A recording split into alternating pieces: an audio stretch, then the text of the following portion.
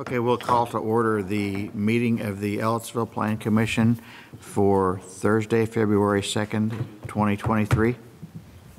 Dan, would you lead us in the Pledge of Allegiance? Allegiance to the flag of the United States of America and to the republic for which it stands, one nation, under God, indivisible, with liberty and justice for all.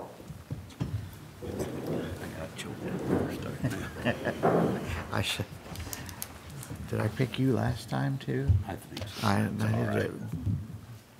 Okay, Denise, roll call. David Drake. Here. Dan Swafford. Here. Dan Calvert. Here. Steve Hale. Sandra Hash. Here. Pamela Samples. Here. Pat Wesolowski. Here.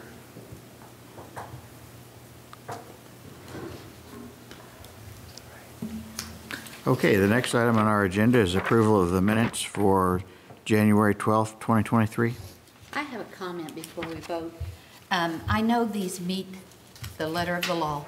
They tell our motions, and I'm just saying from experience in the past, we had a secretary that did very brief minutes, and it makes it very difficult to find things when you need to go back historically. And sometimes the conversations do have some substance to them, and you know, we talked about the map last time, and there's no comments here, so I know it's your choice. I'm just saying that not a lot of information here, and you may regret it someday. Well, I did send your comments to Haley, so she would know and can address them tonight.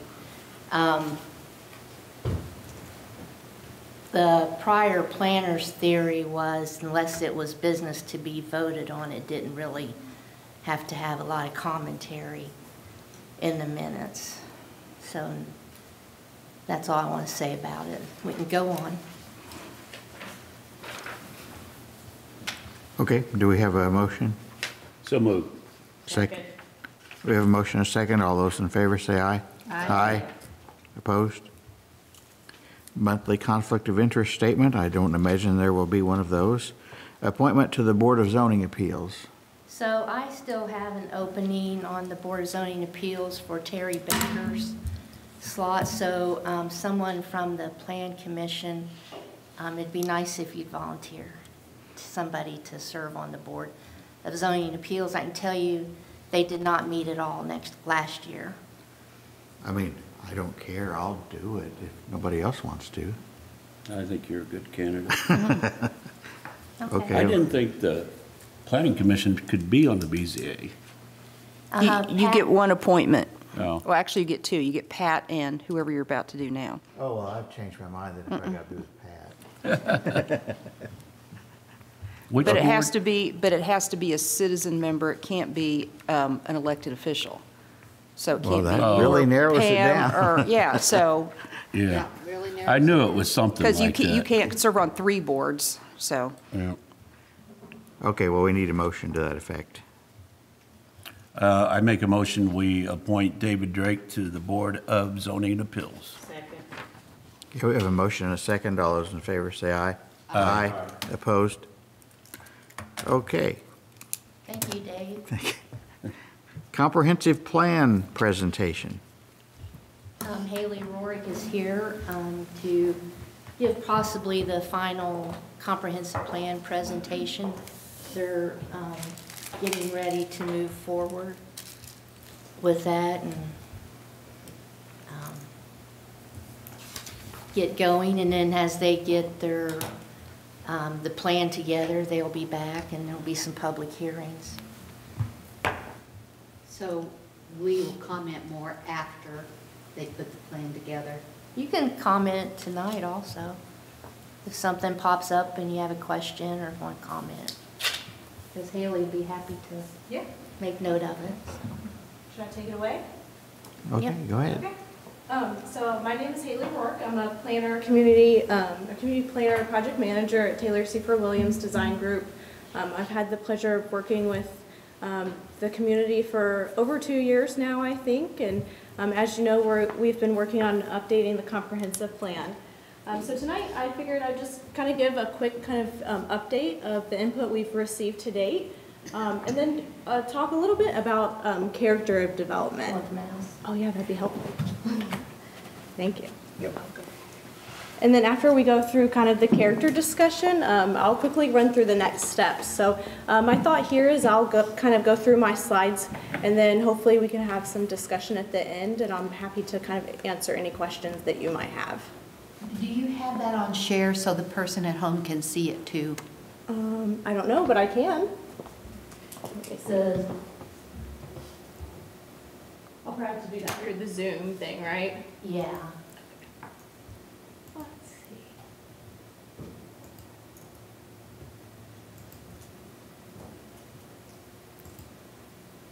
Okay, they should be able to see it now. I'm impressed you didn't have to think about how to do that. I know. Oh, I've had a lot of Zoom meetings, so. We've had a lot of issues with the Zoom meetings, so we're not as experienced. It's gotten better, but boy, there was some rough times a few times. Yes, yep, I agree. Technology's great until it doesn't want to work for you the way it's supposed to.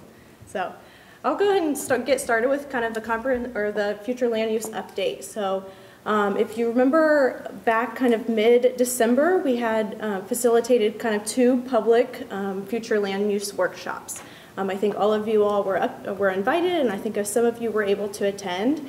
And since then, we've kind of just been on a holding pattern, waiting to hear from the community and waiting to hear from elected and appointed officials and from town staff and stuff. And so I figured I'd start out by providing an overview of what we've heard so far. So in terms of kind of some updates that have already been made, we did have kind of one property owner that was identified within the North residential focus area.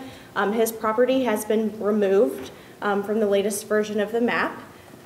We have increased the thickness of the town boundary. I think there was some concern that it was a little too light and people were having a hard time seeing it.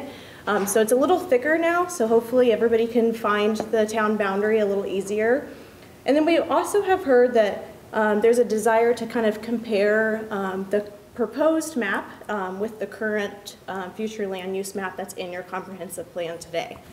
And then the fourth thing we found is there was some question or concern about why we're planning for areas kind of outside of town limits. So I really kind of want to talk about the last 2 bullet points. So if you were able to join us at the workshop, I did kind of address this at a high level, but really the maps do look slightly different, and that's because the current future land use map uses zoning classifications on your future land use map. And from a planning professional standpoint, that's not something we would typically recommend doing. A lot of people get zoning and land use confused already, and they're 2 completely different things. And so by using the zoning classifications on the future land use map, it can kind of just muddy the waters even more. But in terms of land use, they're likely showing very similar things. The next one, the geographic kind of focus areas. The vision plan and also kind of the comprehensive plan and future land use map identifies these 4 kind of geographic focus areas. And that's what we're calling the North Residential, the Central Ellettsville, the West Side Business District, and then Southeast 46 Commercial Corridor. And I think it's important to note that we as kind of the consultant during the vision plan did not make up those areas. Those areas are actually in your current comprehensive plan today. They are proposed as growth areas, and so really what we did is we kind of carried them forward from your current plan and vetted them through the public engagement process. So I think what we heard was these areas are really kind of where people want and anticipate growth to happen over the years. And it's kind of important to look at areas outside of your current boundary because in terms of new development, Ellettsville probably doesn't have a ton of kind of undeveloped land. So there may be redevelopment opportunities, but in terms of new development, unless you're willing to go up, you're going to have to go out, if that makes sense. So that's hopefully addresses some of those concerns that we've heard to date. I'd be more than happy to kind of elaborate on some of that when we get to the end, but I also want to get into some discussion about development character. So as you can see on the map, there are 8 kind of character or typology or categories is what we sometimes call them. But they're kind of under these 4 overarching umbrellas. So we're proposing 3 different kind of residential categories, 2 mixed use, 2 business, and then 3 kind of public serving categories. Along with the future land use map, we're going to have kind of the character or the category descriptions, and that's really the kind of the narrative that supports the plan. So I think we have a pretty good handle on kind of what needs or wants to be said within the category description and what types of uses might be appropriate, primary and secondary uses. But one thing that we haven't really got into with the community or with you guys is kind of this idea of the character of development. And the comprehensive plan really provides an opportunity to kind of start thinking about that.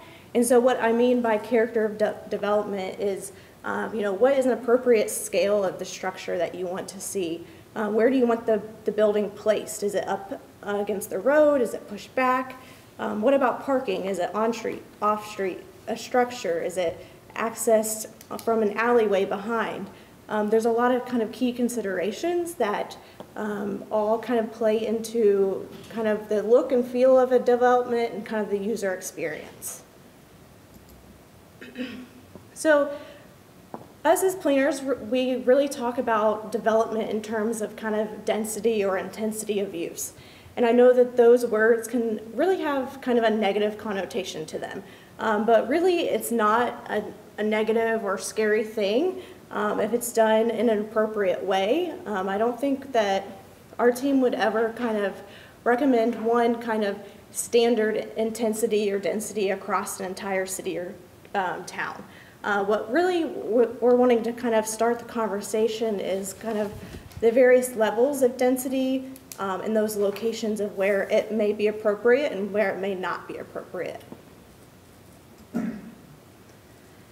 So density can be done well. In situations where it is done well, it usually responds to the context of its surrounding area. So the height and mass of the structure is usually pretty close to kind of the surrounding area. It usually concentrates access points and hides parking. It can provide high-quality outdoor spaces, create kind of a more walkable environment, which we've heard a lot from the community is important. But there's also some benefits to it from a utility and transportation side of things. It really is more cost-effective because you're using a smaller amount of kind of infrastructure rather than if you're growing outward, then you have more miles of utilities and roadways and that type of thing. So just a couple of things to keep in mind. The next thing kind of in terms of density is there's a lot of different ways to talk about density. And a lot of people kind of the most technical side of things, you might hear it talked about in terms of dwelling units per acre. But a lot of people have a hard time kind of understanding what that means. I've been doing this line of work for a long time, and even me, when someone says, oh, 10 dwelling units per acre, it's hard to visualize what that is without seeing an example of it. So what we like to do is we kind of like to think about it in terms of housing types and what types of housing are appropriate in certain areas. So to the far end, you have the large lot kind of single family development. This is the type of development that brings the least amount of people, and it's probably the most expensive for the town in terms of infrastructure. And then you can kind of see where it kind of steps up. I only took it to kind of a medium-sized apartment, but there's a lot of kind of things that fall in between kind of the lowest density to the highest density. So if we start to kind of look at what types of housing we might see in these proposed categories, in terms of the single-family neighborhood category, that really is probably the most familiar category to you all because it's what you have today. You have a mixture of kind of single-family homes. It might be large lot, medium lot, small lot, but it's largely single-family, so that one's pretty easy for us. In terms of multifamily, there can be a variety of different housing types that fall within this, from duplexes to townhomes to kind of the smaller apartments. And I think it's important to kind of point out too that the way the map is shown right now, we don't identify any new standalone multifamily. What is shown on the map is existing developments today. So, but it is kind of important to know that multifamily can occur in the planned neighborhood areas or the mixed-use neighborhood category or the mixed-use category. But really, the multifamily part would only be one piece to kind of a bigger puzzle piece or a bigger picture. It wouldn't be a standalone use, if that makes sense. And then stepping up to planned neighborhoods. This category is kind of probably unfamiliar to Ellettsville, but you've probably seen it done in other communities. So it's really an opportunity to start looking at how we can do kind of a mix of housing units within a single development. Ellettsville probably has some examples of this already. There might be townhomes next to single family, but it happened over time and it happened organically. It was not planned to happen that way. So that's kind of the difference with this category is we would be encouraging developers or whoever to really include more than one housing type within their proposals. And we can talk about what that kind of appropriate ratio is. It doesn't have to be 50-50 in terms of single family and multifamily. It could be 50% single family, 30% townhomes, 20% apartments. There's some flexibility in getting that type of development based on kind of how we present this. So in terms of also another kind of approach we took to looking at density is we looked at kind of some examples of what you have today. And there's no rhyme or reason of where I picked. I just, grabbed some screenshots from Google Earth. But here are some examples of what you have today.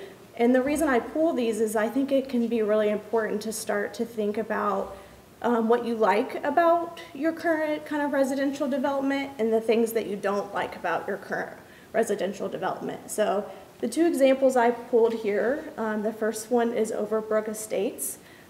This is about 16 acres of land, 34 units. So it's about 2.12 dwelling units per acre. The other one was Thomas Road, and that one's about 3.4. So this is really kind of a typical, very low density residential development for a typical suburban community. In terms of multifamily, we looked at Cedar Bluff Apartments. That gets us about 9.7 dwelling units per acre. And then Governor's Park, which is about 11. So again, what might seem like high density to you all is really kind of a typical medium density development for a suburban community.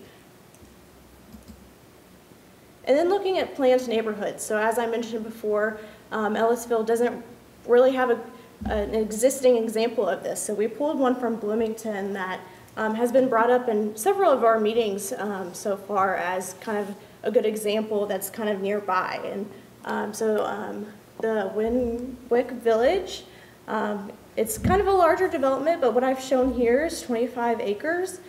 Within this 25 acres, there are 364 units. So this gets to be about 14.5 dwelling units per acre. So really, it's not that much more than what you already have today. It just, if you were to go there, the character, the look, the feel, it's much different than the type of development you have here. It's a very nice neighborhood. Yeah. It's very pretty. And it's a good example kind of how housing types could be mixed together. So if you go through there, there's single family, there's some townhouses with apartments.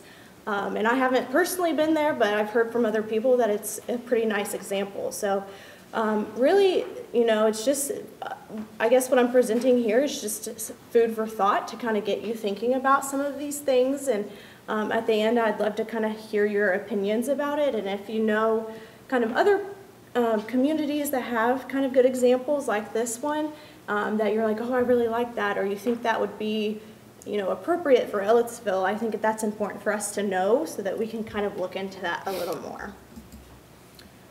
So in terms of next steps, obviously we're probably going to have some discussion tonight that might lead to some edits or some revisions, and we'll keep things moving. And really, our next step is to kind of insert that future land use chapter that we've been working on into the vision plan. And then that kind of whole package will then be presented as the comprehensive plan. And so we'll probably get back together at some point, maybe one more time before we're ready to enter the adoption process. And really the adoption process is doing a presentation like this again to you all, and then we would ask for your kind of favorable support of the draft plan. And then we would take it to town council for them to adopt it by resolution. So with all of that, I'm happy to answer questions or just hear kind of what you all have to say about kind of what I presented. Really, I'm just here to gather information and just see where you're at. So does anybody want to share their thoughts or have questions? Of course, I always do. Yeah, I love it. Well, I like Ellettsville. I moved here in '77, and I like the small community feel. And we're already growing faster than I like. I don't really understand the need to be bigger, because all that does, yes, it generates revenue, but it also generates cost. Right. The more you have to take care of, the more policemen you need, the more fire department people you need. You know, it's a never-ending thing. Mm-hmm. So my question is, I know the chamber, and Dan, you can speak for them. They are a driving force behind it. What is, I want good regulated planning, mm-hmm. better than what we have now. So I do like that, but when you crossed out and just put the circle around the small little lot and then the multifamily,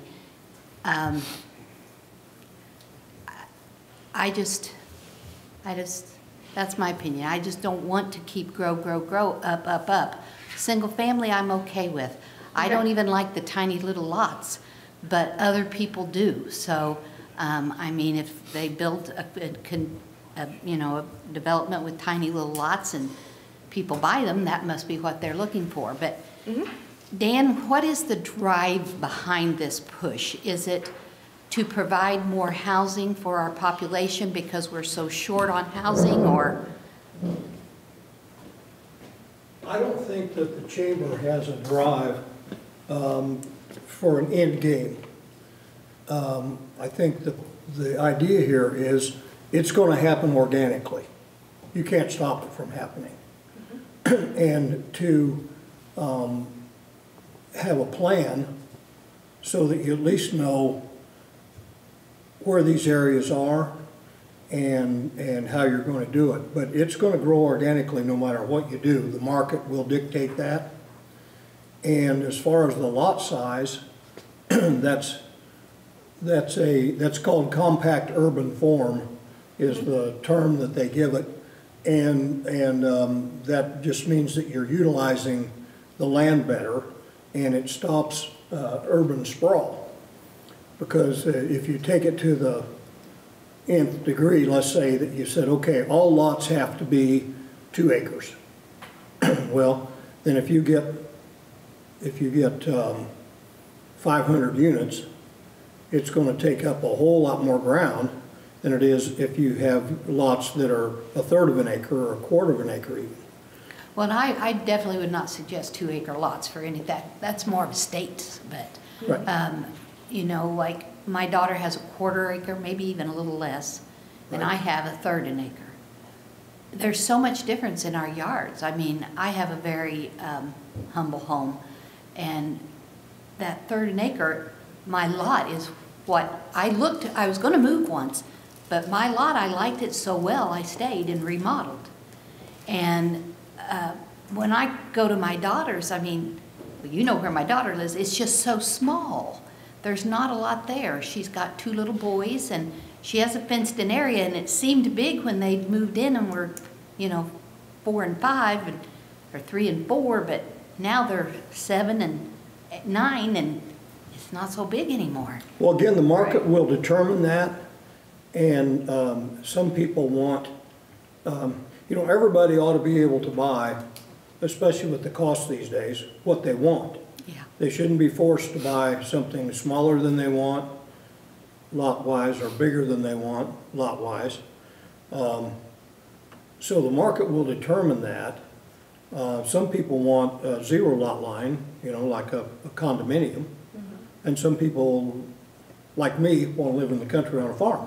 Yeah. So everybody ought to be able to choose what they want, and the developer tries to listen to what the demand is, because he doesn't want to, or she doesn't want to develop something that nobody wants. Right. And if you look at the, probably one of the best examples of new development is up there by Westbrook Downs, Charlestown Manor. You know, that thing is just sold like crazy, and those are expensive houses. They are. They're beautiful. How big are those lots? Denise, do you know? They're larger lots. They're, well, I say larger. They're not any of them over an acre. Oh, no. And most of them are probably half an acre. Half an acre. And one of the most popular areas that's an older area is Forest Park Farms, and those are all half-acre lots. And it gives people enough room to spread out if they want to build an outbuilding or whatever. But there are a lot of people that I talk to that, hell, I don't want a half-acre lot. I'm tired of mowing, you know. And if they don't like to mow or can't mow anymore, they're too old, then they have to hire somebody to mow it, and then it costs twice as much to mow that as it does on a 1/3 of an acre lot. So this isn't I don't want anybody to get the idea that the chamber has an agenda they're pushing.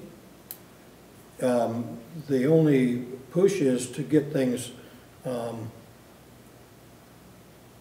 get the planning done ahead of time, because it's going to happen whether it's planned for or not.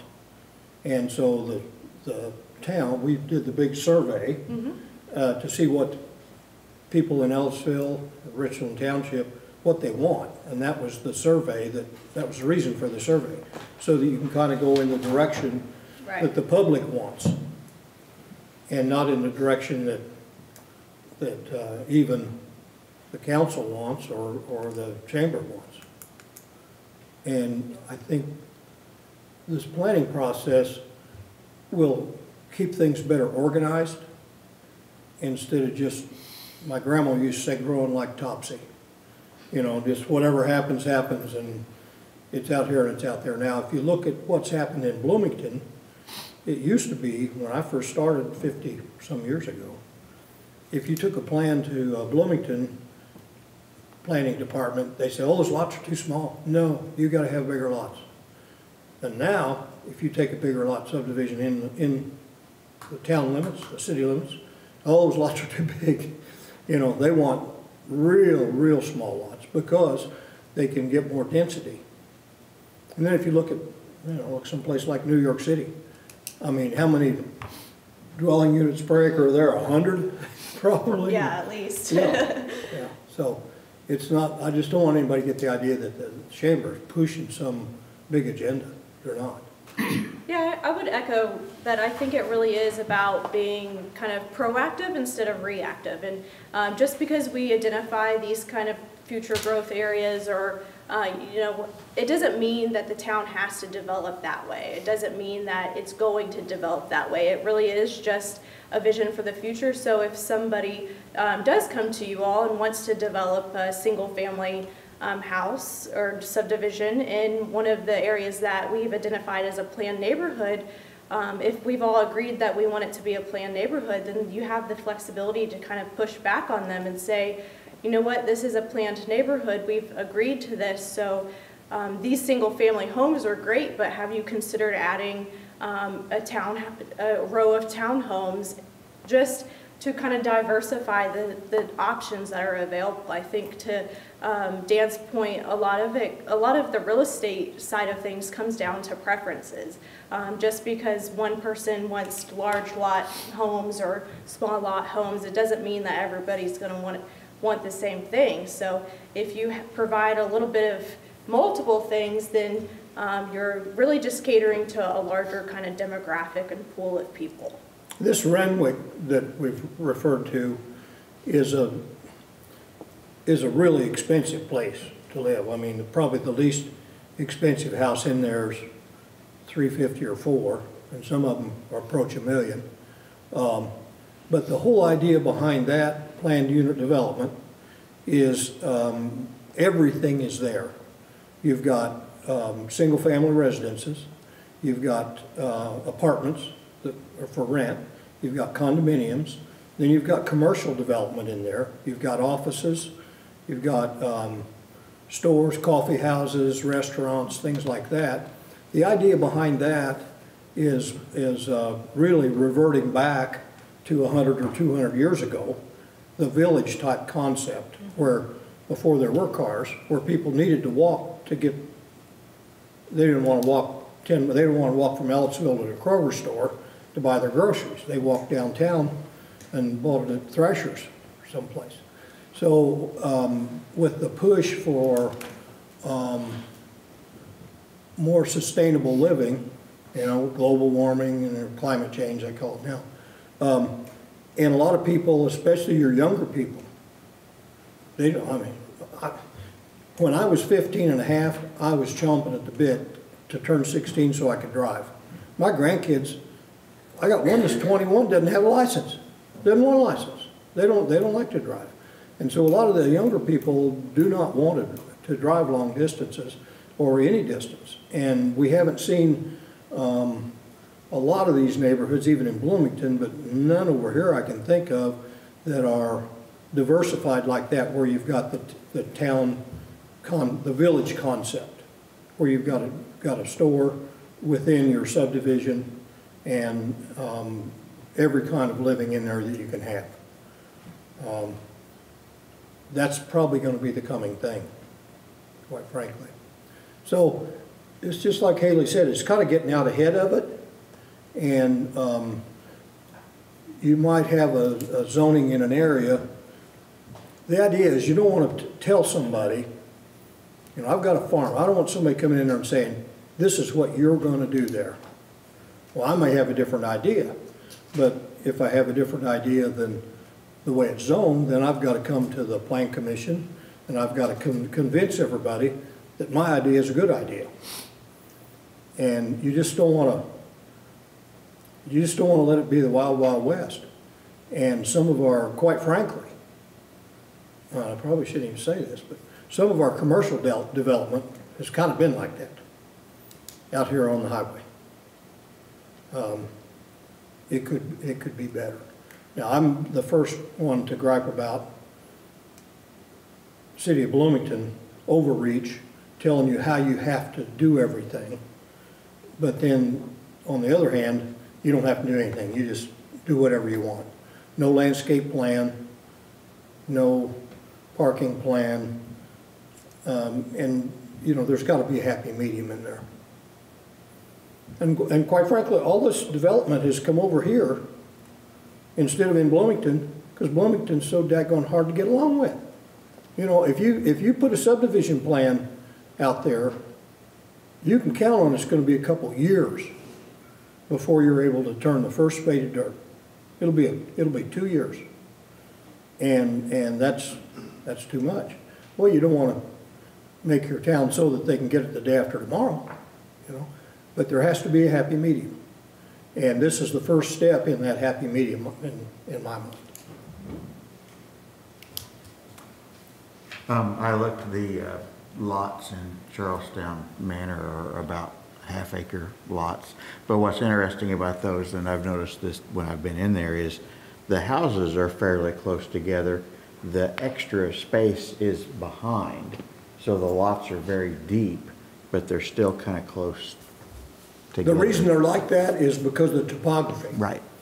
And you know, the house, the street goes along the ridgetop, and then maybe the land falls off tremendously in the back, so, well, you can't really develop that, so narrow and deep. Right. A lot of it's dictated by the topography, and the topography here, I'm originally from Kokomo, I was born in Kokomo. That whole daggone county is flat as this floor in here. So there, you don't have that problem there. And the problem they have up there is drainage, because they can't get drainage. Here you have a drainage problem because it's washing down the hill, but it depends on the topography. Hey, I got a couple questions. Yeah. At the beginning, you said that to move out, one person didn't want to do it. They refused. Was that refused of the land to come into the town of Ellettsville or what? Are you talking about the property we removed from the map? Yes. He just didn't want his property to be included in the north residential focus area. He wasn't in the town, he was a future. But I understand that. Okay. Yeah.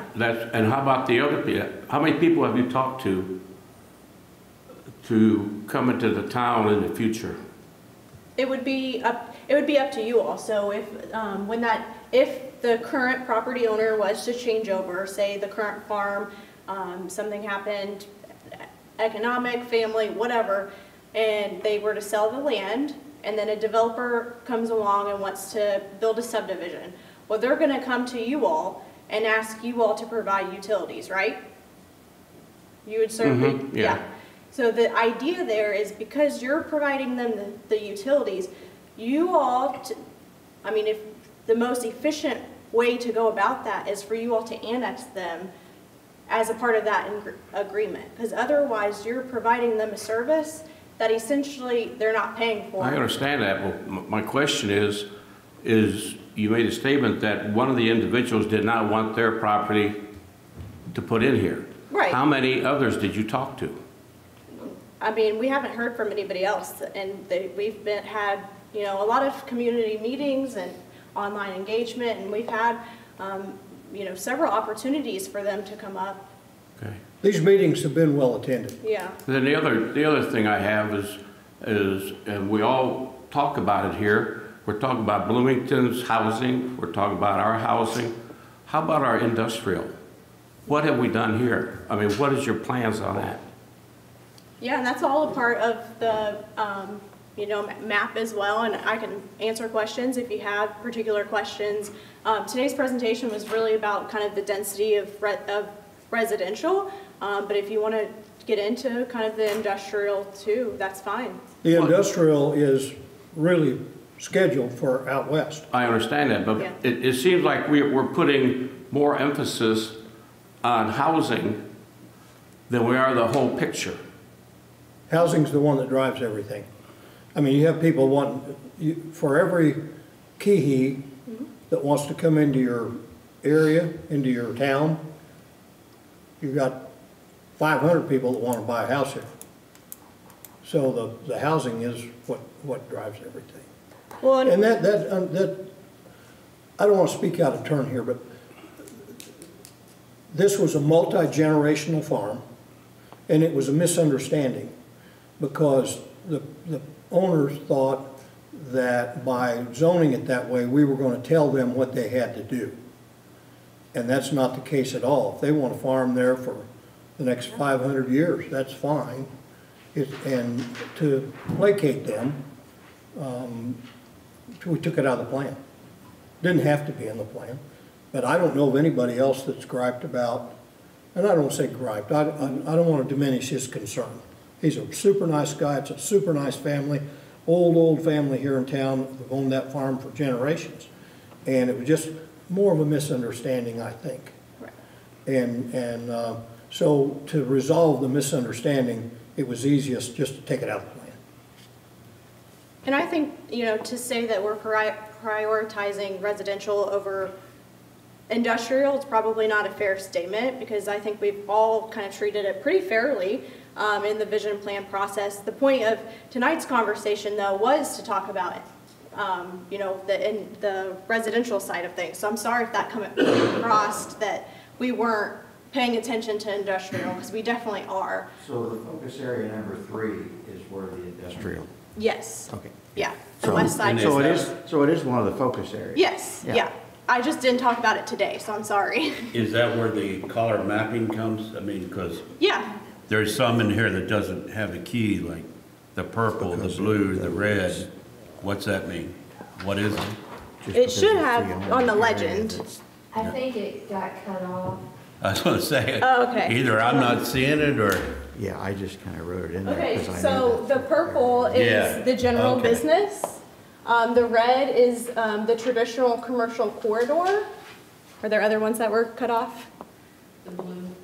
yeah, the bottom 4 on each side, you can't read. The blue is institutional, so that's kind of the public serving stuff, the churches, the town halls, the, Can we get new maps with the legend on there then? yeah. When I did it in PDF, it cut it off, so I don't know if it needs. It's a reduced. printing setting. You just have to uncheck a box when you go to print it, and it'll print Okay. just fine. Okay, Yep. I'll So- try it again, or I'll email it. Okay, that'd be Yeah. great. What was And I've purple emailed again? it to you all before too, so you should have it. Purple is the West Side Business District.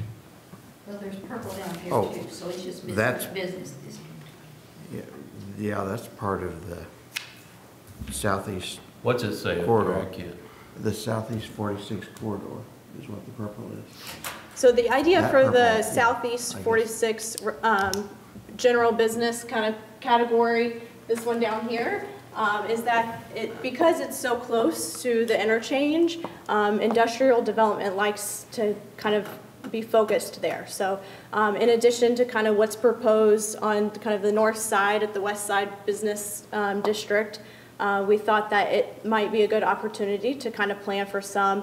If you were able to kind of make your way towards the interstate, just kind of thinking ahead, it might be a desirable location for kind of the general business category. And see, that's what's already there. There are probably at least half a dozen industrial uses there, that like Hearthstone nursing homes there, and the new ambulance, IU ambulance services there. There's a couple of insurance companies there. There's another rehab place that's there. So it's already developing that way. What are the little dotted lines? So those are the holes in your town limits. So kind of, if you think about Swiss cheese, the dotted lines are kind of the Okay, holes. yeah, okay, Yep. I get that. Okay, yeah, I see now.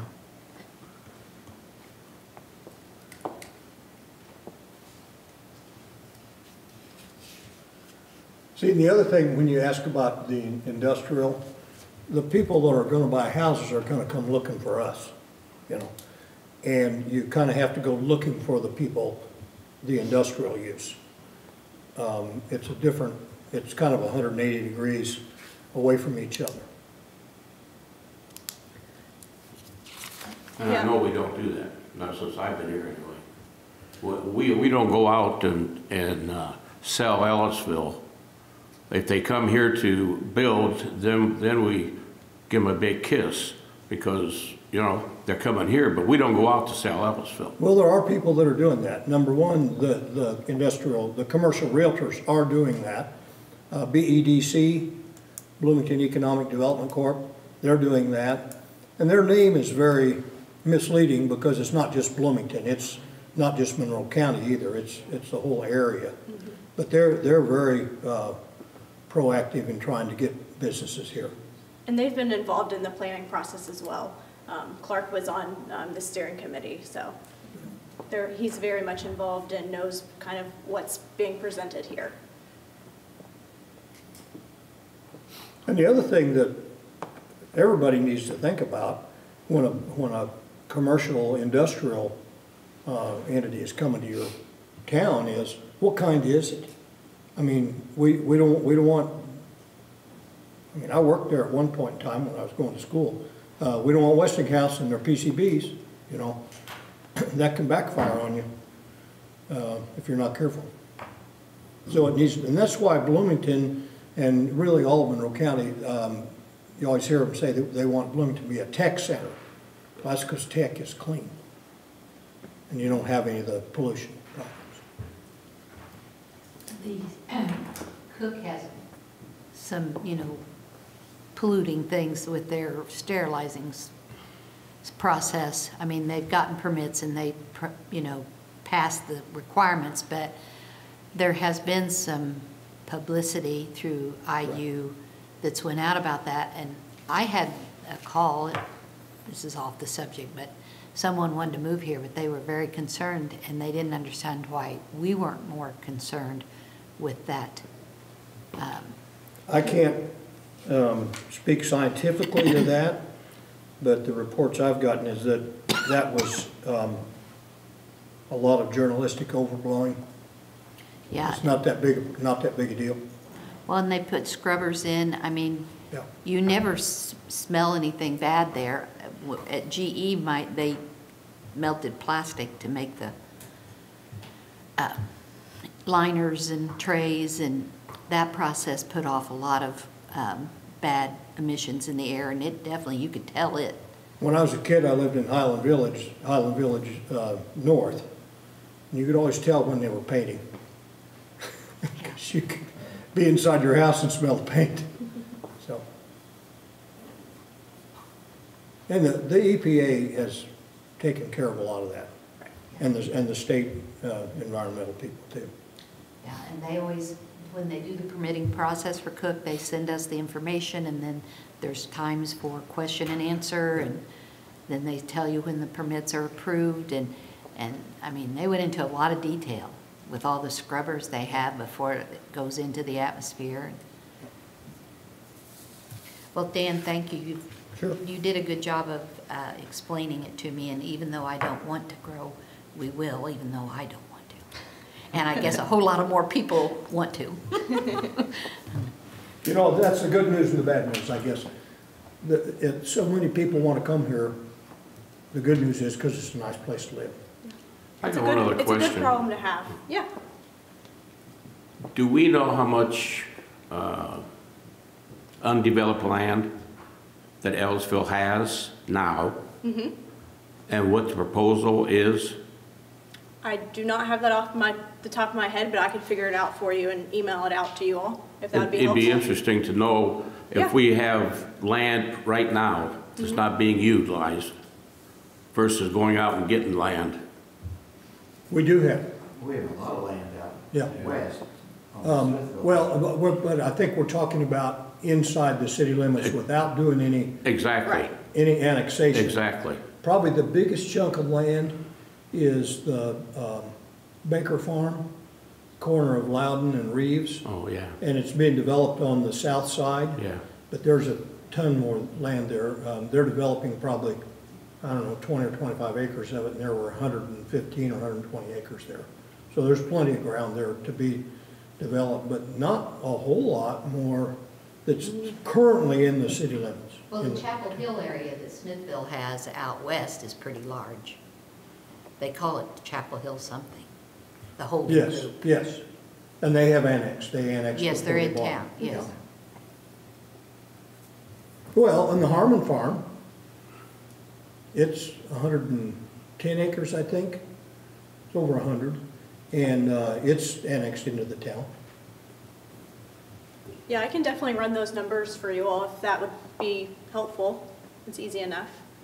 So you've got a couple, just off the top of my head, I can think of 200, 250, 300 acres that's available. But there's also a reason why it's not being developed. The landowner, the person that owns the land may not want that. I mean, that's where we get into upsetting people when you come in and say, okay, this is gonna be we're gonna turn your farm into a commercial lot area, But you're things not gonna like do that. that. I'm sorry, what? You're not gonna do that. Nobody's gonna No, tell them and they that's have what to I'm do that. saying. I made a comment to why the land is vacant right now, is because the particular owner wants it that way. Right. So, Well, the way that works is the market is a remarkable thing. You know, they don't want it when it's 10,000 an acre. When it's $100,000 an acre, yeah, they start wanting it. I mean, that's just human nature. sure. Yeah. So it takes time and it takes some scarcity for that to happen.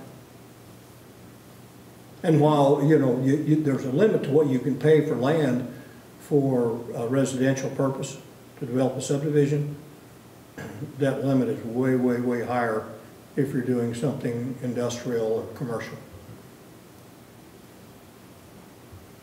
Where is the Harmon farm? Is that the Mitchell farm? No, going west out of town towards Spencer, it's on the left. okay. where that Where the barn barn, is. where the barn is, Yeah. okay, Yeah. okay. I'd never heard it called that before. Yeah, they've owned that since 1957.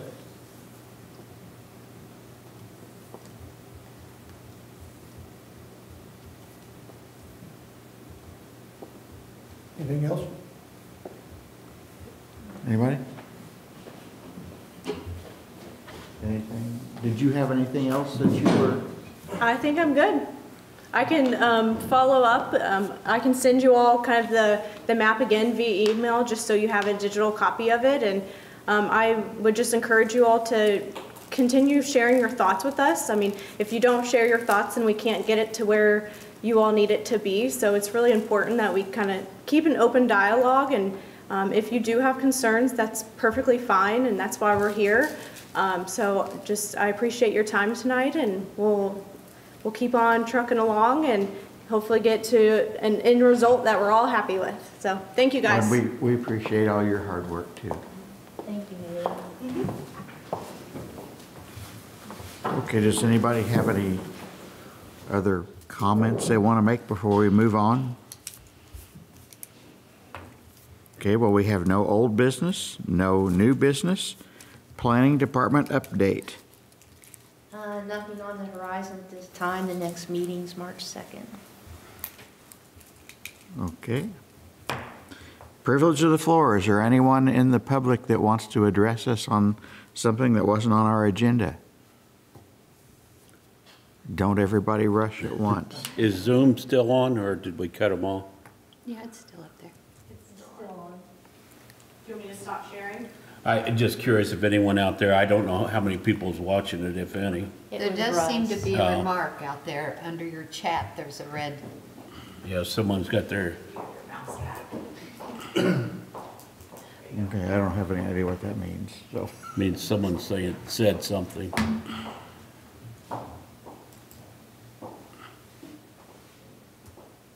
So as Russ Ryle, he said, we need to plan for and, to the best of ability, set the infrastructure standards for area around Ellettsville that eventually probably be annexed into our town. Okay. Okay, so privilege of the floor, that was it. Any plan commission comments? Denise, how are we slowing down since the interest rates have been up, or how's our building permits doing? They're slow. I think this week maybe 4 or 5. And is Prominence Point, the second phase, has Prominence it? Place? Yeah, is it all sold out? No. So he's still, There's quite a few houses in there. There's quite a few houses in Charlestown Manor being built, and there are, I mean, there's a lot of new houses that went up in, oh, darn it, I can't think of the name of it, the one next to Meadowlands. Ruby Creek. Yeah, there's a lot of new houses in there. And then that over,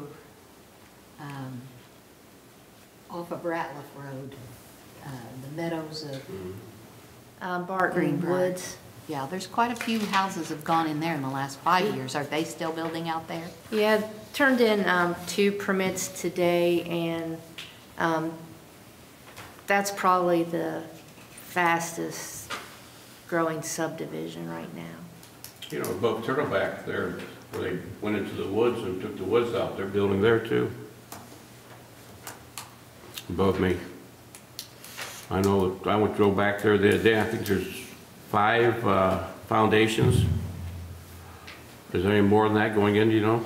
Is that, if you take the road out and Past my house. Past your house? And you just keep on going straight. It And goes then- into the woods, or used to go into the woods. Now Yeah, it's when not. you go up the hill there, they built that extension to the right. Before you, okay, yeah, I think I know. Yeah, just go past my house and just keep on going straight. And there used to be a woods up there. And they timbered the wood, I guess, and now there's roads in there and houses being built. Yeah, it's Barton Woods. Is that what's called Barton Woods?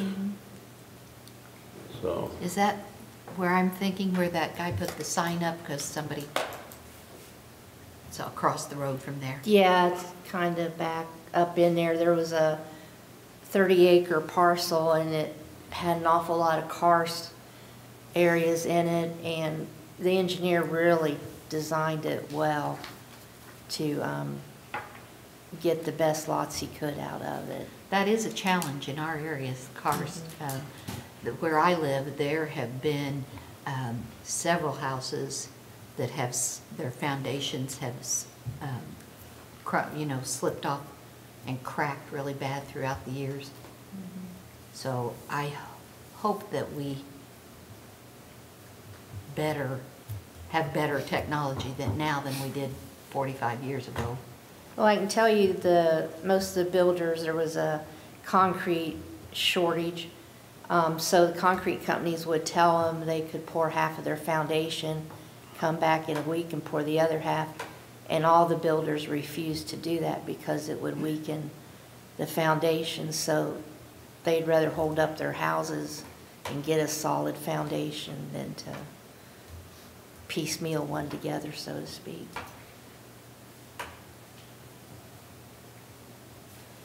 Okay, any other comments? Seeing none, we will adjourn.